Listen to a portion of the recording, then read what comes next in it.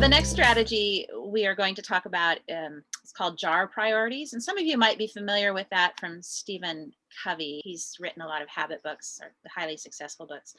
The thing about the whole notion behind this is that if you put in all the things that you like, that you just want to fill up your time with things, and you want to do all the things you enjoy, those are what we consider pebbles and water. That will fill up your jar, and then you won't have room for the rocks. So the rock priorities are things that you really need to do. They have to do. They should come first. They have consequences if you don't take care of those. So this is a really cool exercise for students. I've done this with a lot of study skill classes before, and it's pretty eye-opening once they fill up jar that they want to. So this is an abstract way of talking about to understand what jar priorities are.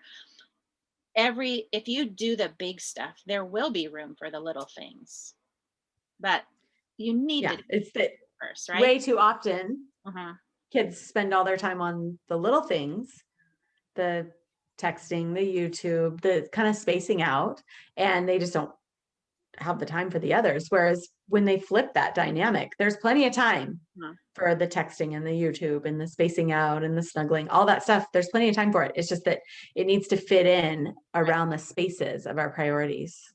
So this is a good exercise, and the resource you'll get is a jar. We call it the jar priorities worksheet. So you'll have, this is just one filled out, so you can kind of see what it looks like, but your one for your child will be empty, so they can write in there what their rocks, pebbles, and water priorities are. It's a great exercise together. I will say another thing that I do think is powerful about this is, I mean, we all know that kids need to spend more time focusing on their rock priorities, but I think that the pebble priorities get lost so often for kids. And when they realize like those pebble priorities are things they want to do, and if they think about it in the right way and plan it in the right way, there's a lot more time for model painting or going to the skate park or doing the things that they really want to do that just they don't have time for because they spend so much time on water priorities, and then it's a panic to do the rock priorities, and then the other stuff gets lost. So right. And I'm glad you brought that up, Kelly, because we really need to be careful with how we balance our priorities, and we need to make sure we have time for those things that bring us joy.